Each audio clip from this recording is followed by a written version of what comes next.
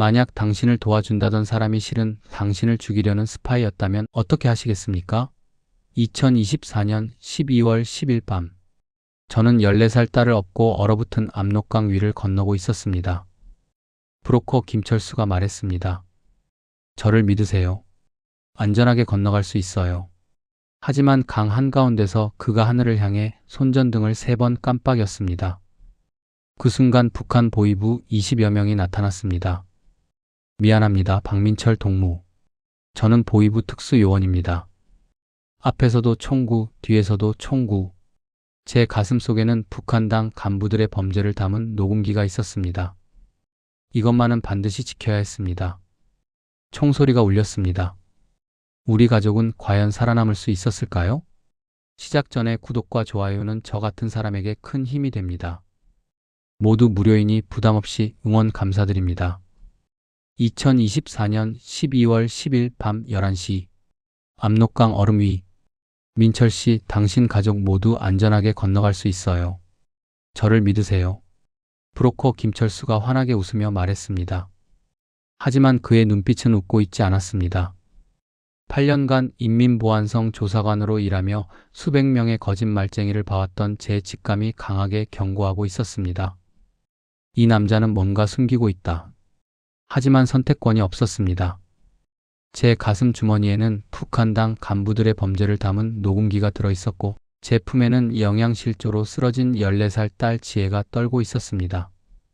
뒤에서는 보위부가 추격해 오고 있었습니다. 아빠, 너무 추워요. 지혜가 작은 목소리로 말했습니다. 아이의 입술이 파랗게 질려 있었습니다. 앞으로 가면 배신이 기다리고 뒤로 가면 죽음이 기다립니다. 저는 얼어붙은 압록강 위에 첫 발을 조심스럽게 디뎠습니다. 얼음이 삐걱거리는 소리가 들렸습니다. 아내 수진이가 제 뒤를 따라왔습니다. 그녀의 손이 떨리고 있는 게 느껴졌습니다. 여보, 정말 괜찮을까요? 수진이가 속삭였습니다. 믿을 수밖에 없어. 하지만 저는 이미 알고 있었습니다. 이 브로커가 보위부와 연결돼 있다는 걸. 사흘 전 장마당 정보원이 귀띔해줬거든요. 그런데도 저는 이 길을 선택했습니다. 왜냐하면 여기 남으면 우리 가족은 확실히 죽기 때문이었습니다. 김철수가 앞서 걸으며 손전등을 비췄습니다. 강 가운데쯤 왔을 때였습니다. 그가 갑자기 멈춰 섰습니다. 잠깐 얼음 상태를 확인해야겠어요. 그가 웅크리고 앉아 얼음을 두드렸습니다. 하지만 제 눈에는 다른 게 보였습니다. 그의 오른손이 주머니로 향하는 게 보였거든요. 신호를 보내려는 거다. 김철수 씨, 제가 날카롭게 불렀습니다. 그가 깜짝 놀라며 돌아봤습니다. 왜 그러세요? 아무것도 아닙니다. 그냥 빨리 갑시다. 그의 눈빛이 순간 차갑게 변했습니다. 그리고 다시 미소를 지었습니다. 하지만 이미 늦었습니다. 저는 확신했습니다. 이 남자는 우리를 배신할 것이다. 그 순간 지혜가 작게 기침을 했습니다. 아이의 몸이 뜨거웠습니다. 병원에 가야 하는데 돈이 없어서 치료도 못 받았던 지혜. 이 아이만은 살려야 합니다. 저는 가슴 주머니 속 녹음기를 꾹 눌렀습니다. 이 작은 기계 안에 진실이 담겨 있습니다. 당 간부들이 구호 물자를 빼돌린 증거, 인민들을 굶어 죽게 내버려둔 범죄의 증거. 민철 씨, 괜찮으세요? 얼굴이 안 좋아 보이는데. 김철수가 걱정하는 척 물었습니다. 괜찮습니다. 계속합시다. 하지만 저는 이미 최악의 상황을 대비하고 있었습니다. 8년간 조사관으로 일하며 배운 게 있다면 항상 플랜 B를 준비하라는 것이었습니다. 압록강 건너편 중국 땅이 보였습니다. 거기까지만 가면 뭔가 방법이 있을 겁니다. 자, 이제 거의 다 왔어요. 조금만 더 힘내세요. 김철수의 목소리가 들렸습니다. 하지만 그 말이 전혀 위로가 되지 않았습니다. 왜냐하면 저는 알고 있었으니까요. 진짜 지옥은 지금부터 시작될 거라는 걸. 이 모든 악몽이 시작된 건 6개월 전이었습니다. 2024년 7월 27일. 그날 밤 압록강이 범람했습니다. 신의주를 집어삼킨 대홍수. 저는 그날까지만 해도 평범한 식당 주인이었습니다. 하지만 18년 전까지는 달랐습니다. 저는 인민보안성 조사관이었습니다. 밀수범과 탈북 시도자들을 조사하는 게 제 일이었죠. 8년 동안 그 일을 했습니다. 수백 명의 사람들을 조사했고 수십 명을 정치범 수용소로 보냈습니다. 그때는 그게 정의라고 믿었습니다. 하지만 2018년 모든 게 바뀌었습니다. 제가 당 간부들의 부정부패를 고발하는 보고서를 작성했거든요. 구호 물자를 빼돌리고 인민들의 돈을 착복하는 간부들을 조사했습니다. 박민철 동무, 이 보고서는 작성하지 않는 게 좋겠소. 상관이 제 보고서를 찢어버렸습니다. 하지만 이건 명백한 범죄입니다. 동무, 당을 위해서라도 침묵하시오. 이해하겠소? 저는 그날 깨달았습니다. 이 나라에서 정의는 존재하지 않는다는 것을. 한 달 후 저는 신의주로 좌천당했습니다. 조사관에서 일반 인민으로 강등됐죠. 그래서 장마당 근처에 작은 식당을 열었습니다. 그게 6년 전 일입니다. 하지만 저는 조사관 시절 습관을 버리지 못했습니다. 항상 작은 녹음기를 주머니에 넣고 다녔거든요. 언젠가 쓸모가 있을 거라고 생각했습니다. 그리고 그날이 왔습니다. 대홍수가 모든 걸 바꿔놓았습니다. 하지만 그때 저는 몰랐습니다. 그 녹음기가 제 가족을 지옥으로 몰아넣을 줄은. 그리고 10년 전 탈북한 누나가 우리를 구할 줄도. 2024년 7월 홍수가 오기 전까지 저는 평범한 식당 주인이었습니다. 매일 아침 5시에 일어나 장마당으로 갔습니다. 옥수수를 사고 두부를 구해서 식당으로 돌아왔죠. 아내 수진이가 김치를 썰고 국수를 삶는 동안 저는 불을 지폈습니다. 아빠, 다녀올게요. 딸 지혜가 학교에 가며 인사했습니다. 14살. 중학교 4학년이었죠. 아이는 공부를 잘했습니다. 특히 수학을 좋아했어요. 지혜야, 아침은 먹고 가렴. 괜찮아요. 학교에서 먹을게요. 하지만 학교에 먹을 게 있을 리 없었습니다. 2023년부터 배급이 완전히 끊겼거든요. 그래도 아이 앞에서는 괜찮은 척 했습니다. 제 식당은 작았습니다. 테이블 4개. 손님이 한 번에 10명 정도 들어오면 꽉 찼죠. 메뉴는 옥수수 국수, 두부찌개, 김치찌개. 그게 전부였습니다. 아저씨, 오늘도 국수 한 그릇? 단골 손님들이 하나둘 들어왔습니다. 장사하는 아주머니들이었죠. 다들 힘든 표정이었습니다. 요즘 장사가 안 돼요. 물건이 없어서 팔 게 없잖아요. 쌀값이 또 올랐대요. 이제 한 달 벌어도 쌀 한 가마니도 못 사요. 손님들의 한숨 소리가 식당을 채웠습니다. 하지만 저는 달랐습니다. 겉으로는 평범한 식당 주인이었지만 6년 전까지만 해도 인민보안성 조사관이었으니까요. 2010년부터 2018년까지 8년간 저는 밀수범과 탈북 시도자들을 조사했습니다. 신의주는 중국과 가까워서 밀수가 많았거든요. 압록강만 건너면 중국이었으니까요. 박민철 동무, 이번 달 적발 건수가 좋소. 승진 대상이요. 상관이 칭찬했습니다. 저는 성실한 조사관이었습니다. 범죄자들을 가려내는데 탁월했죠. 사람들의 거짓말을 단번에 알아봤습니다. 하지만 2017년 뭔가 이상한 걸 발견했습니다. 구호 물자 횡령 사건을 조사하던 중이었습니다. 중국에서 들어온 쌀 1000포대가 사라진 겁니다. 공식 기록에는 홍수 피해 지역에 배급됐다고 나와 있었지만 실제로는 아무도 받지 못했습니다. 이건 명백한 횡령입니다. 조사해야 합니다. 제가 상관에게 보고했습니다. 박민철 동무, 그만두시오. 이건 우리가 건드릴 일이 아니오. 하지만 당 간부들 일이란 말이오. 저는 포기하지 않았습니다. 몰래 증거를 모았습니다. 문서를 복사하고 증인들을 만났죠. 그리고 60쪽짜리 보고서를 작성했습니다.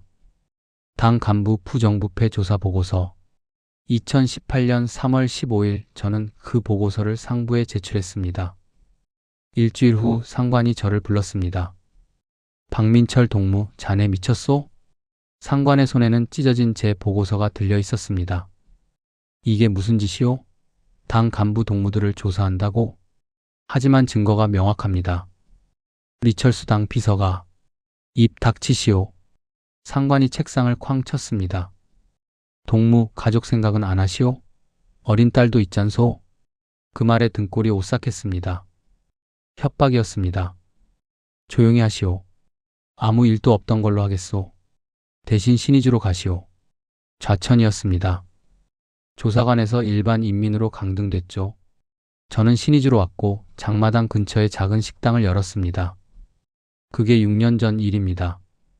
하지만 저는 조사관 시절 습관을 버리지 못했습니다.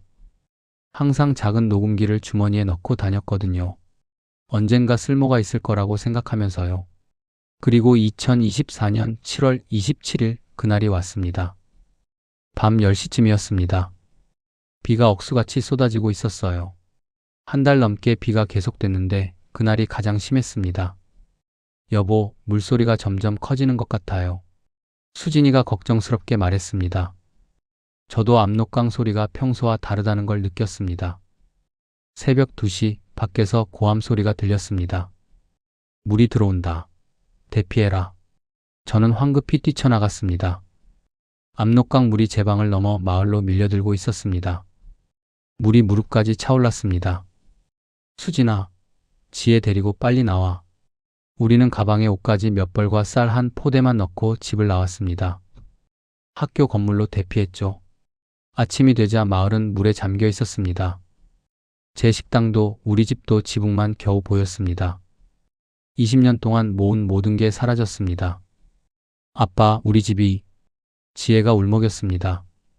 저는 아이를 꼭 안아줬습니다. 괜찮아. 다시 지으면 돼. 하지만 괜찮을 리 없었습니다. 사흘 후 물이 빠지고 복구 작업이 시작됐습니다. 마을 사람들이 모여서 진흙을 퍼내고 무너진 집을 고쳤습니다. 그날 오후 당 간부들이 마을 회관에 모였습니다. 복구 대책 회의를 한다고 했죠. 저는 식당 잔해를 치우다가 회관 근처를 지나갔습니다. 창문이 조금 열려 있었습니다. 안에서 목소리가 들렸습니다. 리철수 동무, 중국에서 구호 물자가 들어온다는데 어떻게 할 거요? 뭐 어떻게 하긴. 우리가 다 챙기는 거지. 어차피 인민들은 모르잖소. 리철수 당 비서의 목소리였습니다. 제 심장이 빠르게 뛰었습니다. 저는 본능적으로 주머니 속 녹음기를 꺼냈습니다. 조사관 시절부터 항상 가지고 다니던 그 녹음기를요. 녹음 버튼을 눌렀습니다. 인민들이 굶어 죽든 말든 상관없으오. 중요한 건 우리가 살아남는 거요. 역시 리철수 동무는 현명하시오. 그래서 출세하신 거요. 이번 물자로 우리 80만 달러는 벌 수 있을 거요. 반반 나눕시다. 좋죠. 저는 8분간 녹음했습니다. 그들의 대화를 한마디도 놓치지 않았죠. 증거. 완벽한 증거였습니다. 녹음을 끝내고 재빨리 그 자리를 떠났습니다. 집으로 돌아와 녹음기를 옷 속 깊숙이 감췄습니다. 여보, 무슨 일 있어요? 얼굴이 하얘졌어요. 수진이가 물었습니다. 아니야, 괜찮아. 하지만 괜찮지 않았습니다. 저는 알고 있었으니까요. 이 녹음이 얼마나 위험한 것인지를요. 그날 밤 저는 잠을 이룰 수 없었습니다. 이 녹음을 어떻게 해야 할까? 공개해야 할까? 하지만 공개하면 우리 가족이 위험해집니다.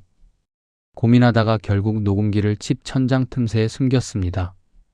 언젠가 쓸모가 있을 때까지요. 하지만 그때 저는 몰랐습니다. 그 녹음기가 우리 가족의 운명을 완전히 바꿔놓을 거라는 걸요. 2020년 9월 15일 이상한 일이 시작됐습니다. 점심시간이었습니다. 식당에 손님이 5명쯤 있었는데 낯선 남자가 들어왔습니다. 40대 중반. 말끔한 인민복 차림이었죠. 국수 한 그릇 주시오. 남자가 앉으며 말했습니다. 하지만 제 눈에는 뭔가 다르게 보였습니다. 그의 눈빛, 관찰하는 눈빛이었죠. 8년간 조사관으로 일하며 수없이 봤던 그런 눈빛. 저는 국수를 내왔습니다. 박민철 동무 맞소? 남자가 물었습니다. 그렇습니다만 나는 김영호요. 보이부 과장이요. 그 말에 등골이 오싹했습니다. 보이부.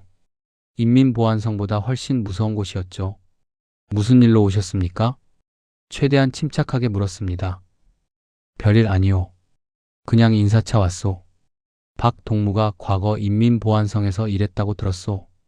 홍수 복구 상황은 어떻죠? 어렵습니다. 하지만 당에서 도와주시니 감사하죠. 거짓말이었습니다. 당은 아무것도 안 도와줬으니까요. 그렇소. 당은 언제나 인민을 생각하오. 그런데 말이오.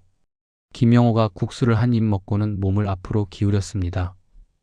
요즘 이상한 소문이 도는데 혹시 들었소? 당 간부들에 대한 불온한 이야기 말이오. 제 심장이 빠르게 뛰기 시작했습니다. 아니요, 전혀 모르겠습니다. 그렇소? 누군가 당 간부 동무들을 염탐한다는 얘기가 있던데 박 동무 혹시 아는 거 있으면 말해주시오. 조사관 출신이니 뭔가 눈치챘을 법도 한데 이건 경고였습니다. 협박이었죠.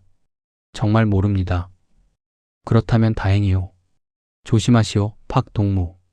홍수로 혼란스러운 시기에는 이상한 생각하는 사람들이 많으니까. 김영호는 국수값을 내고 나갔습니다. 하지만 식당 밖에서 한참을 서 있다가 천천히 사라졌습니다.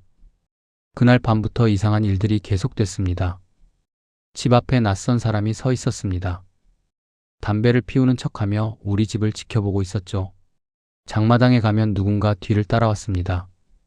감시당하고 있었습니다. 여보, 요즘 왜 그래요? 밤에 잠도 못 자고. 수진이가 걱정스럽게 물었습니다. 아무것도 아니야.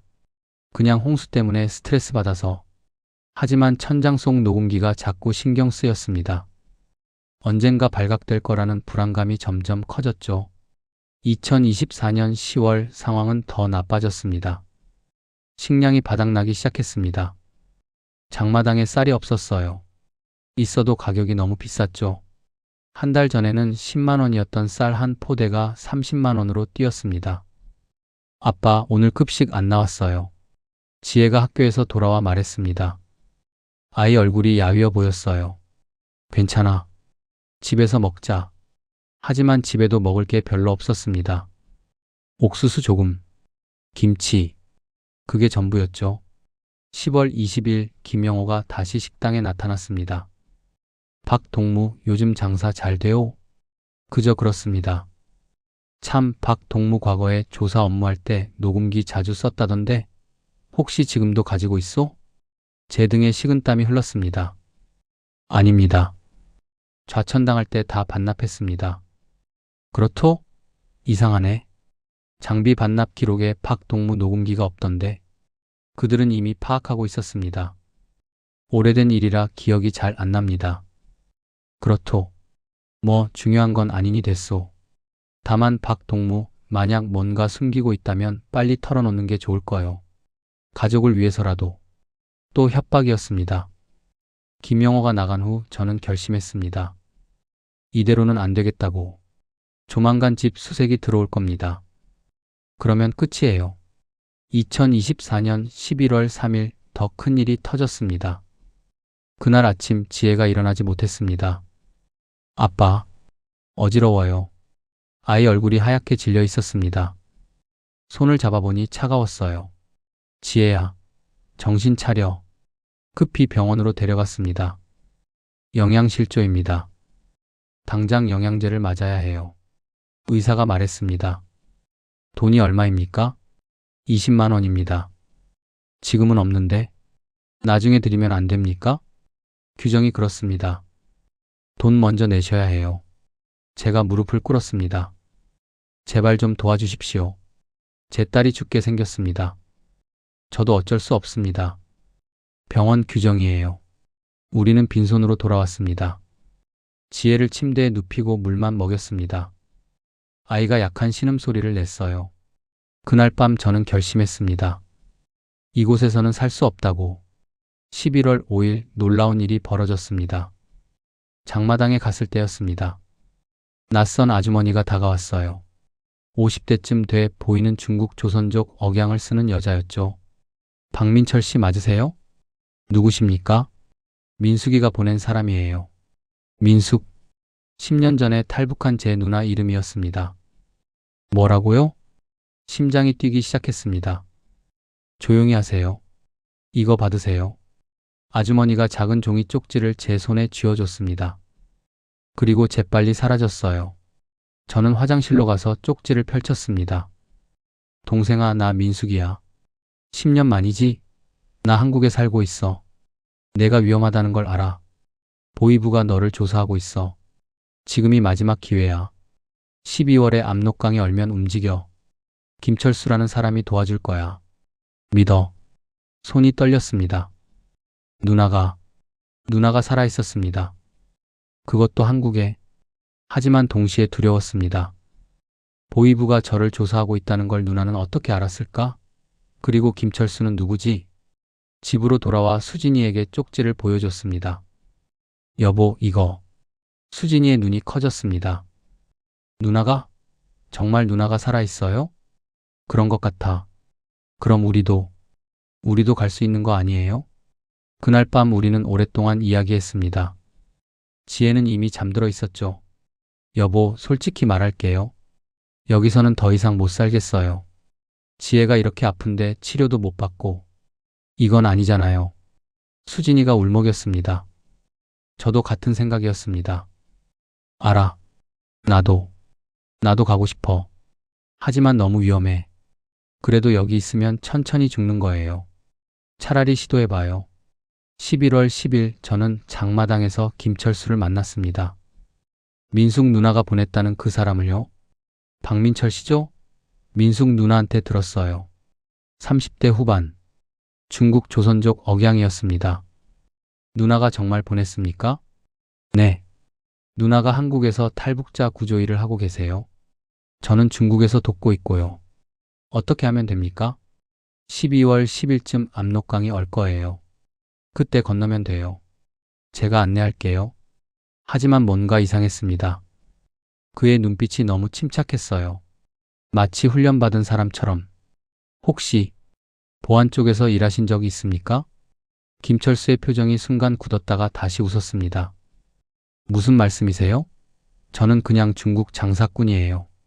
직감적으로 뭔가 잘못됐다는 걸 느꼈습니다. 하지만 선택권이 없었어요. 11월 25일 어머니를 찾아뵈러 갔습니다. 어머니, 저 잠시 멀리 갑니다. 알고 있다, 아들아. 어머니는 이미 다 알고 계셨습니다. 어머니도 함께 가시죠. 아니다. 난 이미 늙었다. 너희만 가거라. 지혜만은 꼭 살려라. 어머니, 울지 마라. 가거든 잘 살아라. 그리고 통일되면 날 데리러 와라. 그게 어머니를 마지막으로 본 날이었습니다. 12월 5일 김영호가 마지막으로 식당에 왔습니다. 박동무, 마지막으로 묻겠소. 혹시 숨기는 거 없소? 없습니다. 그렇소? 그럼 내일 집 수색을 하겠소. 문제 없겠지? 내일. 시간이 없었습니다. 그날 밤 저는 천장에서 녹음기를 꺼냈습니다. 방수 주머니에 넣어서 가슴 속 깊이 감췄죠. 12월 10일 밤 10시. 우리는 김철수를 만나러 압록강으로 향했습니다. 지혜를 업고 수진이의 손을 잡고 저는 걸었습니다. 고향을 떠나는 길이었습니다. 12월 7일 밤 9시. 압록강변의 작은 창고에서 김철수를 다시 만났습니다. 박민철 씨, 준비는 다 됐죠? 김철수가 물었습니다. 그의 목소리는 차분했어요. 너무 차분했죠? 네, 준비됐습니다. 좋아요. 10일 밤 11시에 여기서 만나요. 그때 압록강 얼음이 가장 두꺼울 거예요. 알겠습니다. 그런데 저는 그의 눈을 똑바로 쳐다봤습니다. 김철수 씨는 이 일을 얼마나 오래 하셨습니까? 한 5년 됐어요. 왜요? 아닙니다. 그냥 궁금해서요. 하지만 제 직감이 계속 경고하고 있었습니다. 이 남자는 뭔가 숨기고 있다고. 12월 8일 저는 조심스럽게 정보를 수집하기 시작했습니다. 장마당에서 옛날 인맥을 만났습니다. 과거 인민보안성에서 함께 일했던 최성일이었죠. 지금은 밀수 브로커로 일하고 있었어요. 성일아, 너 혹시 김철수라는 사람 아니? 김철수? 중국 조선족? 그래, 탈북 도와주는 사람이라던데.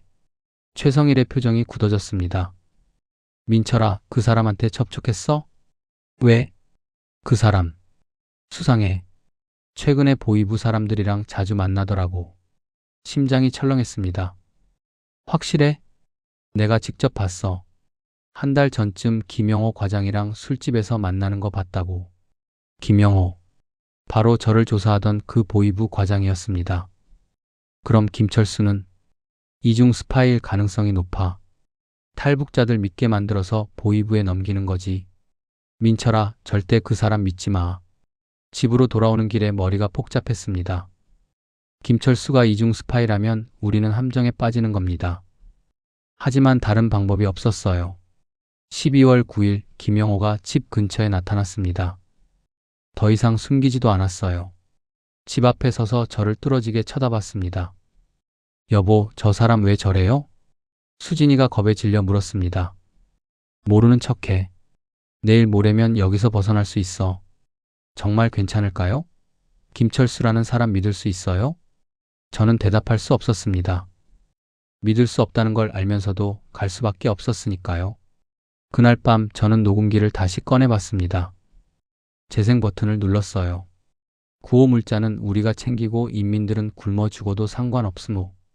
리철수 당 비서의 목소리가 흘러나왔습니다.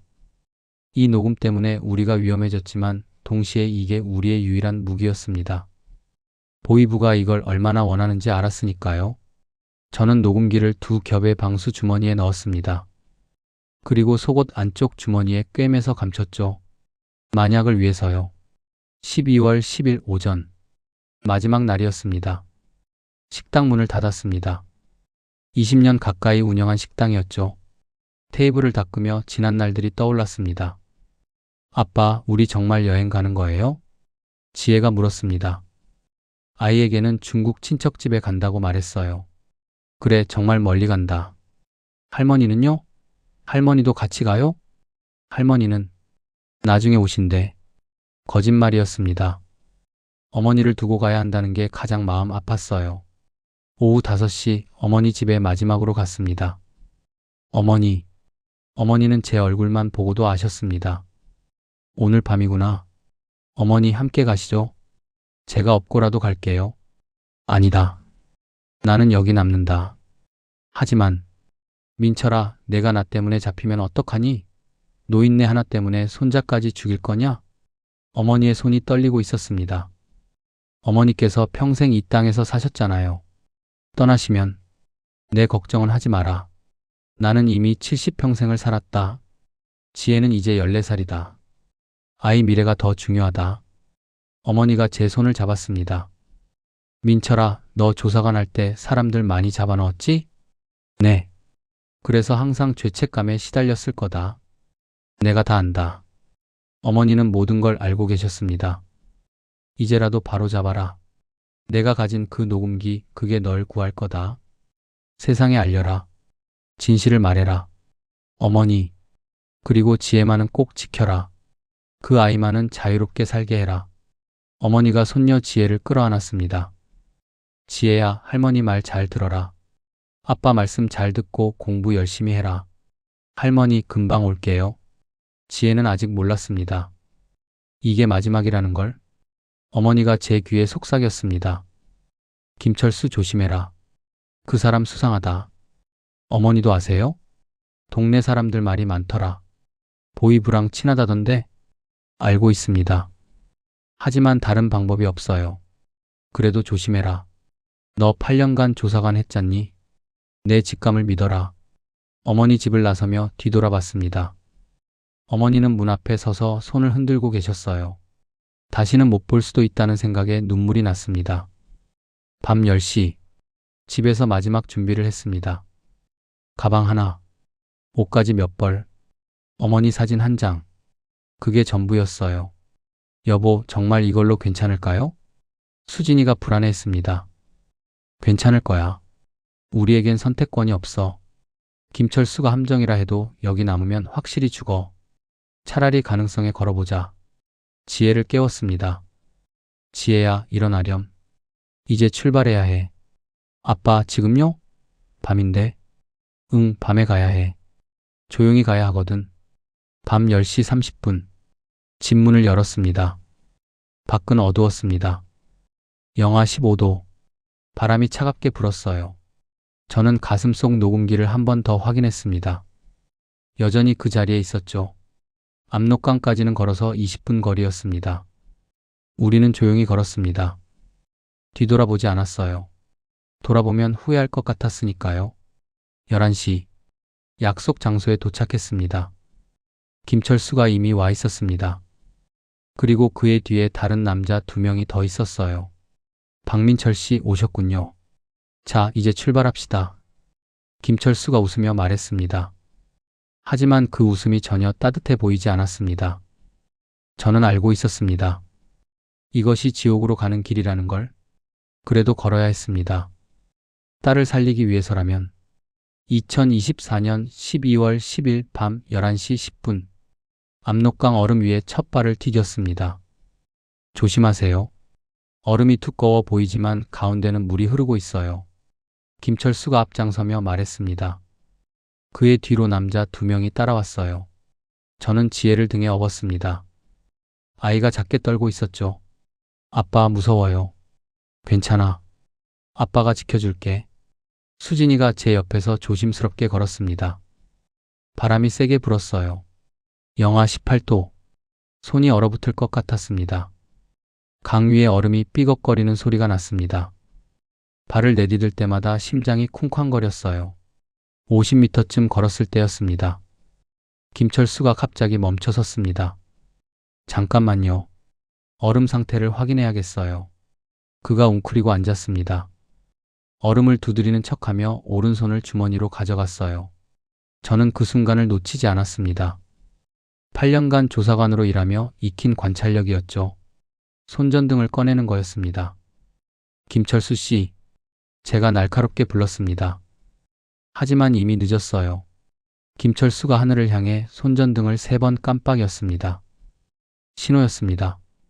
그 순간 북한 쪽에서 10개가 넘는 손전등 불빛이 일제히 켜졌습니다. 저기 있다. 포위해라. 고함 소리가 들렸습니다. 보이부였습니다. 여보, 저게 뭐예요? 수진이가 비명을 질렀습니다. 김철수가 천천히 일어나 우리를 돌아봤습니다. 그의 얼굴에서 미소가 사라졌어요. 미안합니다, 박민철 동무. 그의 말투가 바뀌었습니다. 더 이상 조선족 억양이 아니었죠. 완벽한 평양 말씨였습니다. 아니, 전직 인민보안성 조사관 박민철 동무. 당신이. 저는 보위부 특수요원 리명철입니다. 김철수는 가명이고요. 그가 차가운 미소를 지었습니다. 당신이 녹음기를 가지고 있다는 정보를 입수했습니다. 당 간부 동무들의 대화를 녹음했다고요? 대단한 용기시네요. 제 온몸에 식은땀이 흘렀습니다. 민숙 누나는? 누나가 당신을 보냈다고. 민숙? 아, 10년 전에 탈북한 그 여자 말입니까? 리명철이 비웃었습니다. 그 이름을 이용한 겁니다. 당신이 얼마나 누나를 그리워하는지 우리가 다 파악하고 있었으니까요. 정보원이 전해준 쪽지도 우리가 쓴 겁니다. 그럼 누나는? 누나가 어디 있는지 우리가 어떻게 압니까? 한국 어디선가 살고 있겠죠. 중요한 건 당신입니다. 북한 쪽에서 보위부 요원들이 점점 다가왔습니다. 20명쯤 됐어요. 모두 총을 들고 있었죠. 뒤에서 익숙한 목소리가 들렸습니다. 박민철, 드디어 잡았군. 김영호 보위부 과장이었습니다. 김영호, 오랜만이요, 박 동무. 아니, 이제 동무가 아니지. 반역자 박민철. 김영호가 강 위로 걸어왔습니다. 10여 명의 요원들이 그를 따랐어요. 녹음기를 내놓으시오. 그럼 가족은 살려드리겠소. 거짓말.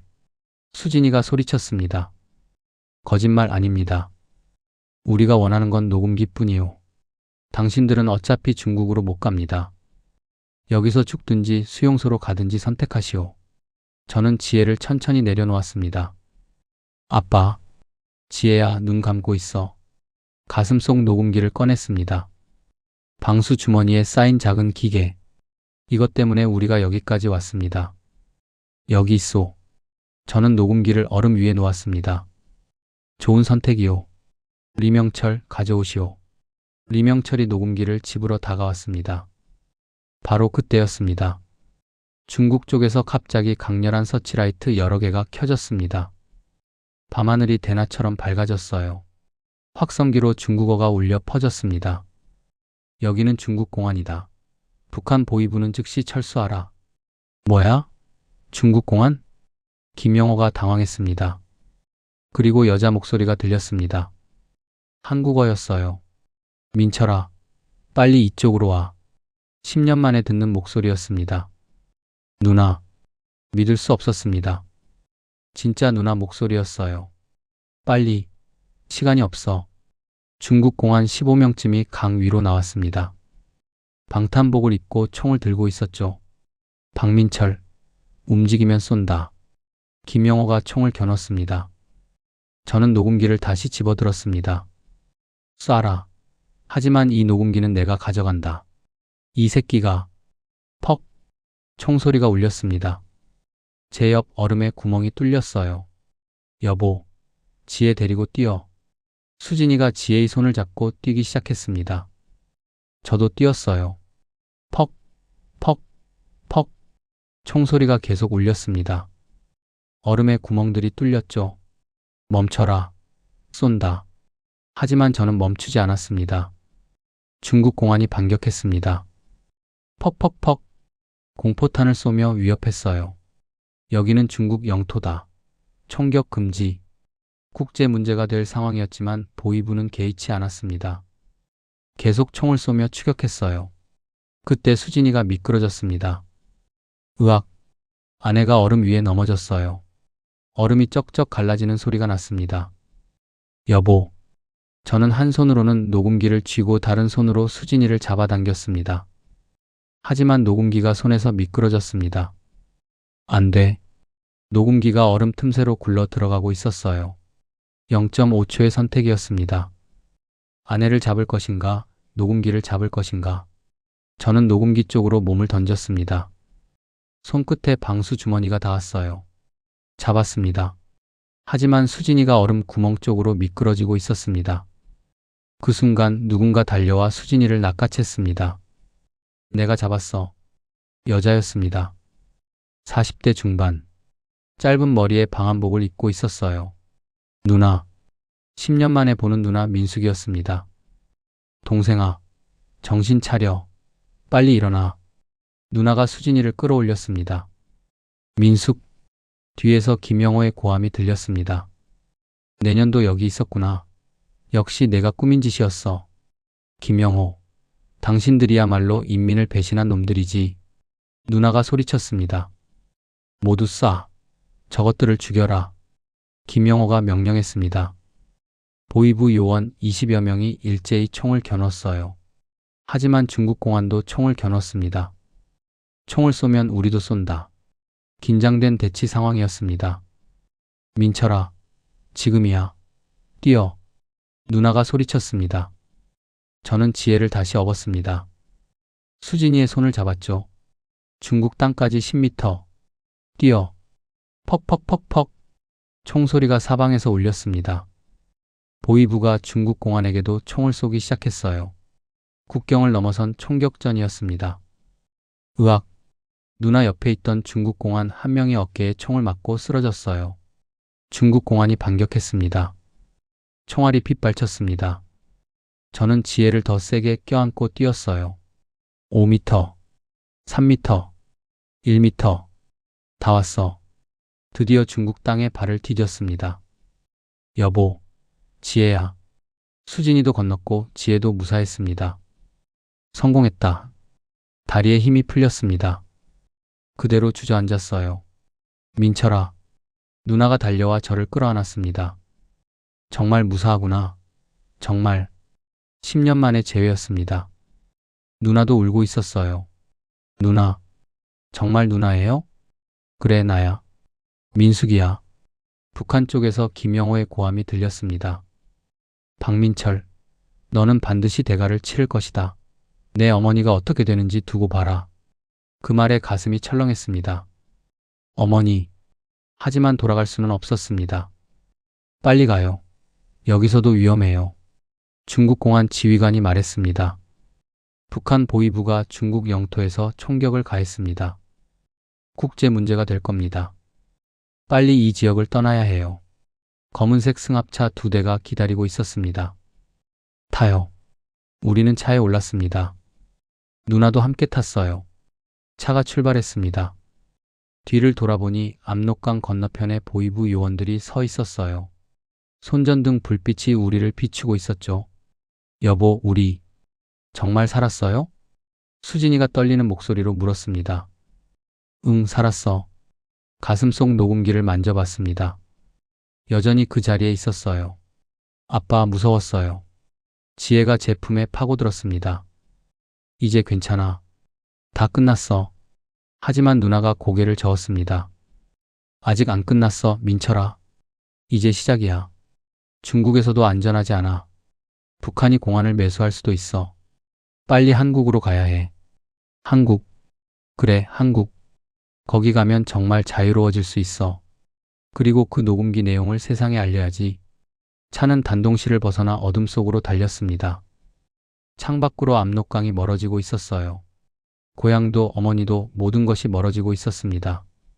하지만 앞에는 희망이 있었습니다. 차는 30분을 달려 단동시 외곽의 작은 마을에 도착했습니다.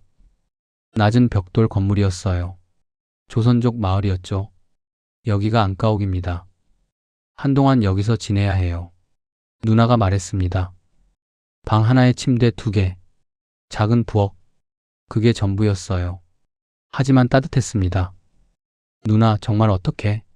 제가 물으려는데 누나가 손을 들었습니다. 일단 씻고 옷부터 갈아입어. 얘기는 나중에. 뜨거운 물이 나왔습니다.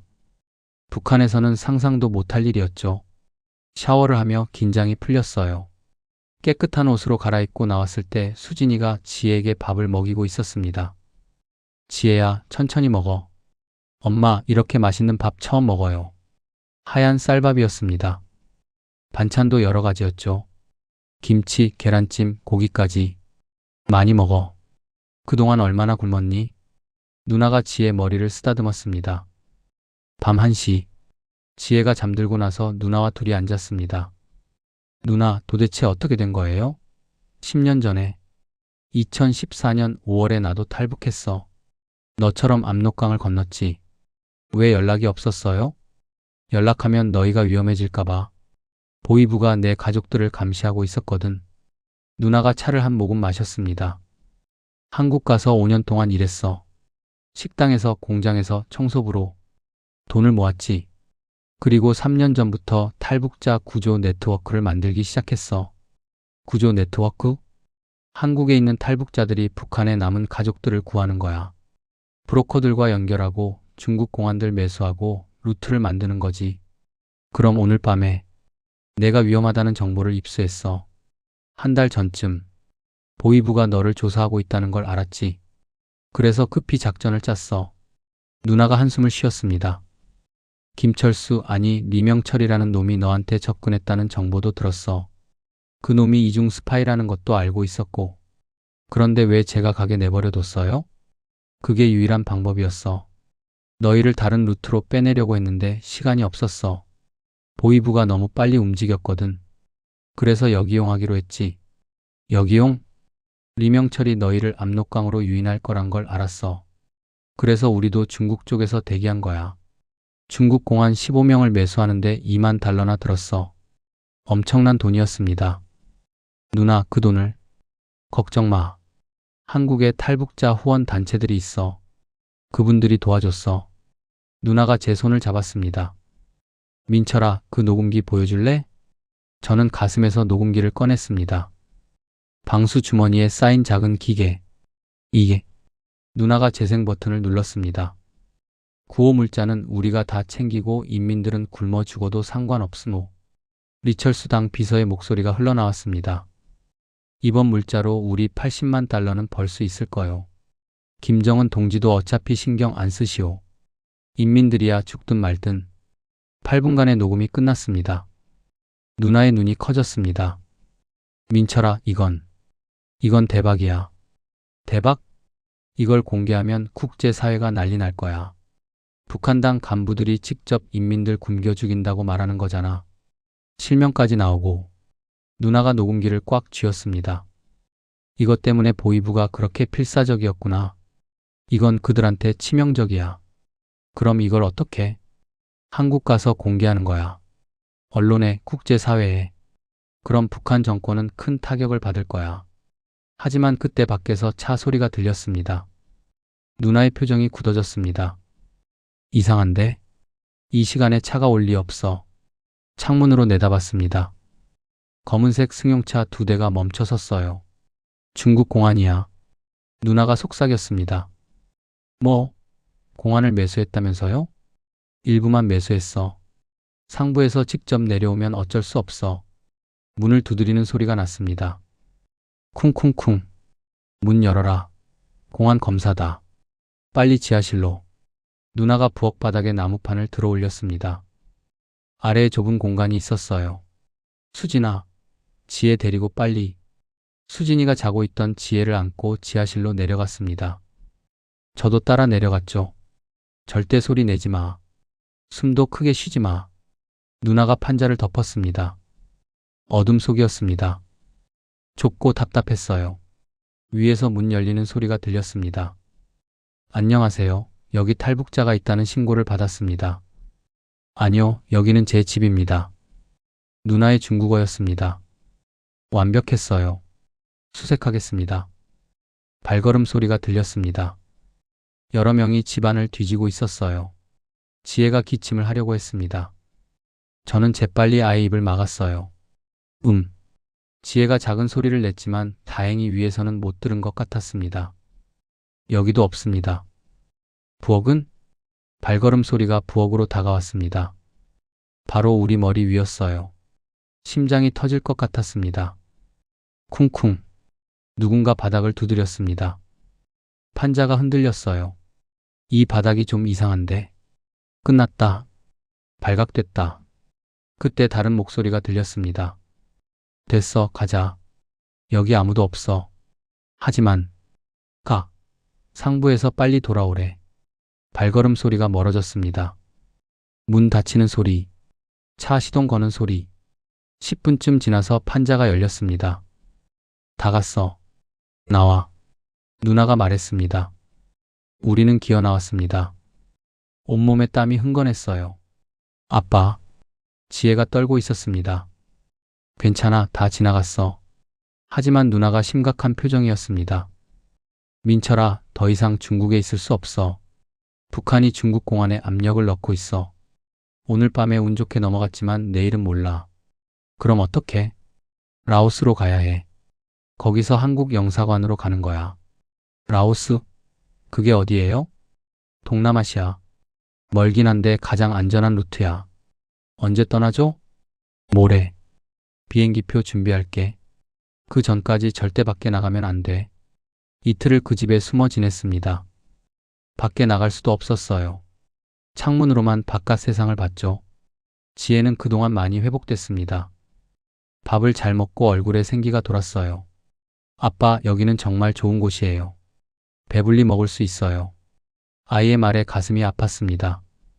배불리 먹는 게 이렇게 큰 행복이었나? 2025년 6월 15일 새벽 5시. 누나가 우리를 깨웠습니다. 일어나. 공항으로 가야 해.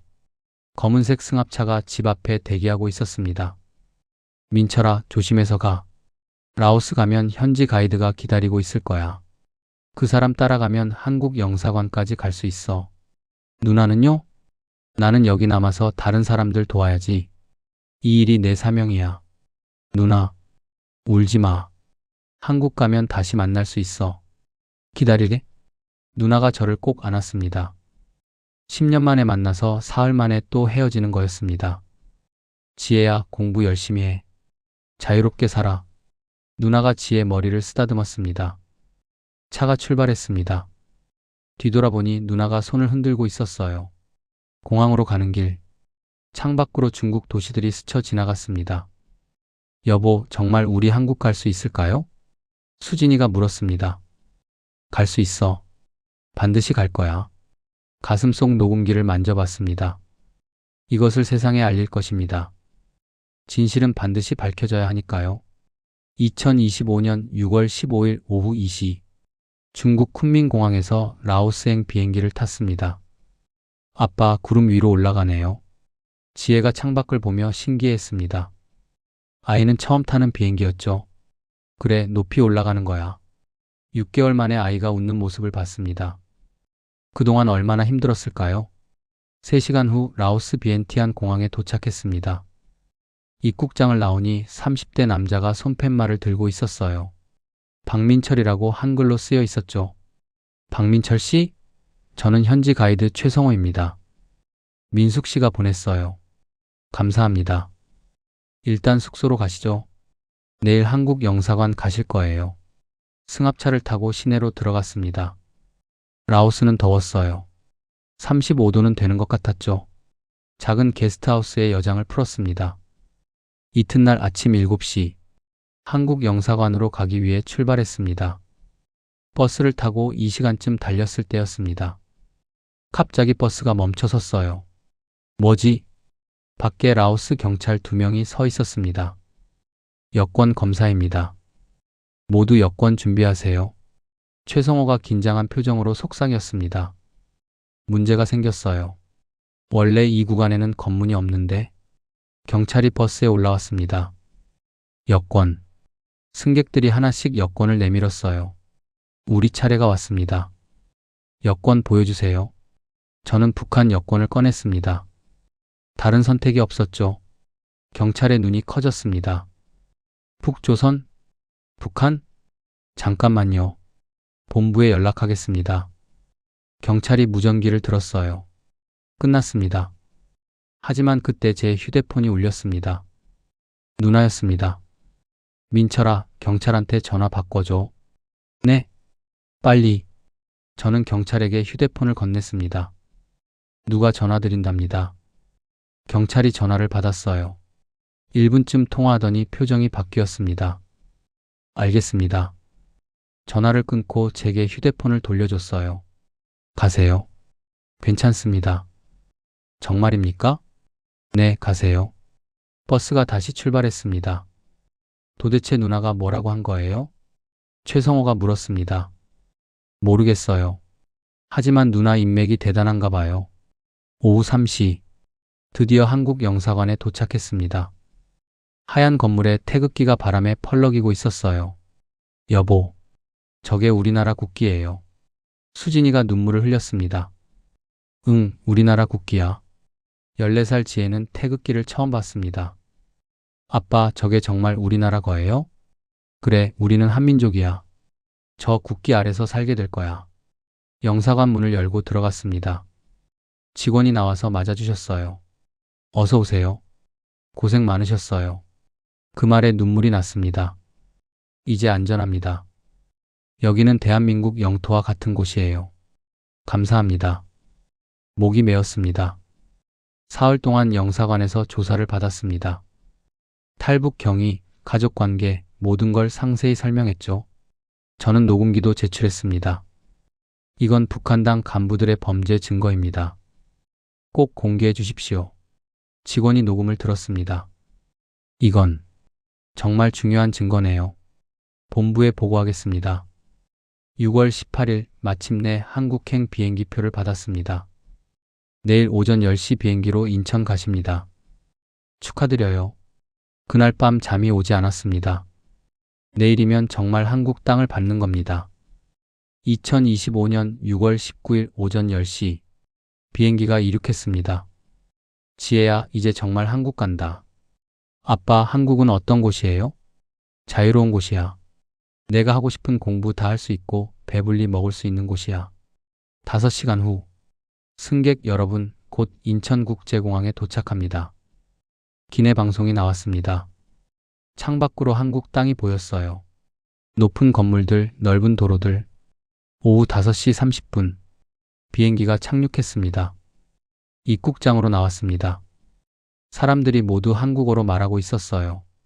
여보, 여기 사람들 말투가 우리랑 좀 달라요. 억양이 다른 거야. 곧 익숙해질 거야.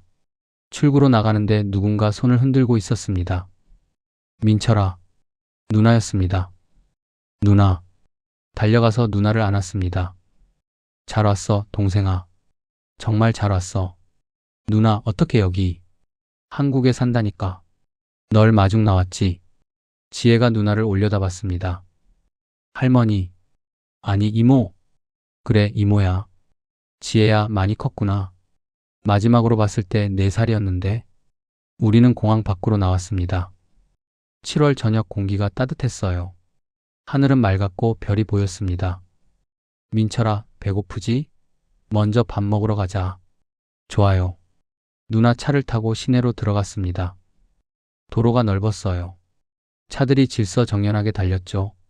와, 차가 정말 많아요. 지혜가 신기해했습니다. 그치? 여기는 다들 차가 있어. 식당에 도착했습니다. 24시간 편의점 옆이었어요. 저기 가게 밤에도 열려 있어요? 수진이가 놀랐습니다. 응, 24시간 내내 열려 있어. 나중에 들어가 보자. 식당에서 삼겹살을 먹었습니다. 지혜가 고기를 먹으며 눈물을 흘렸어요. 지혜야, 왜 울어? 너무 맛있어서요. 이렇게 먹어도 돼요? 그럼 많이 먹어. 여기서는 얼마든지 먹을 수 있어. 식사를 마치고 누나가 마련해준 집으로 갔습니다. 작은 투룸이었지만 깨끗했어요. 당분간 여기서 지내. 하나원 들어가기 전까지. 하나원이 뭐예요? 탈북자 교육시설이야. 석 달 동안 한국 생활 적응하는 법 배우는 곳이지. 그날 밤 침대에 누웠습니다. 8개월 만에 제대로 된 침대였어요.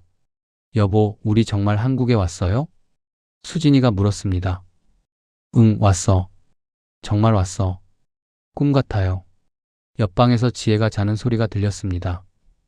편안한 숨소리였어요. 저는 천장을 바라봤습니다. 어머니 얼굴이 떠올랐습니다. 어머니, 저 한국 왔어요. 지혜 잘 살게 할게요. 반드시 모시러 갈게요. 마음속으로 다짐했습니다. 그리고 가슴속 녹음기를 생각했습니다. 이제 이 진실을 세상에 알릴 차례였습니다. 2025년 8월 15일 하나원 교육을 마치고 탈북자 단체를 찾아갔습니다. 이 녹음을 공개하고 싶습니다. 단체 대표가 녹음을 들었습니다. 이건 반드시 세상에 알려야 합니다. 일주일 후 기자회견이 열렸습니다. 북한당 간부들이 구호 물자를 착복한 증거입니다. 직접 들어보십시오. 스피커에서 리철수의 목소리가 흘러나왔습니다.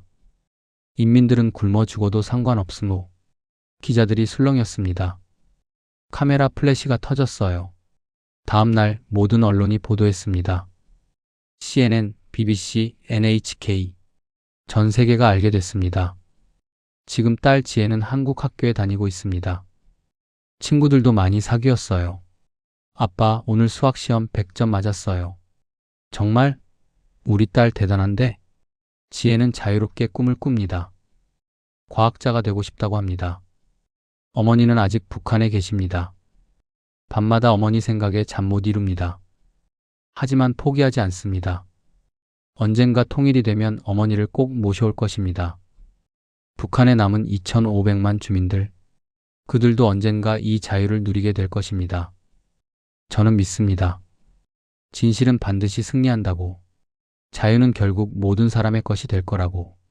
그날까지 저는 증언하겠습니다. 북한의 진실을, 인민들의 고통을, 그리고 자유의 소중함을. 이것이 제가 살아남은 이유입니다. 여러분은 자유를 당연하게 생각하고 계신가요? 이 이야기가 여러분께 어떤 의미로 다가왔는지 댓글로 남겨주세요. 그리고 북한에 남은 2,500만 주민들을 위해 구독 버튼을 눌러주시기 바랍니다. 진실은 반드시 승리합니다.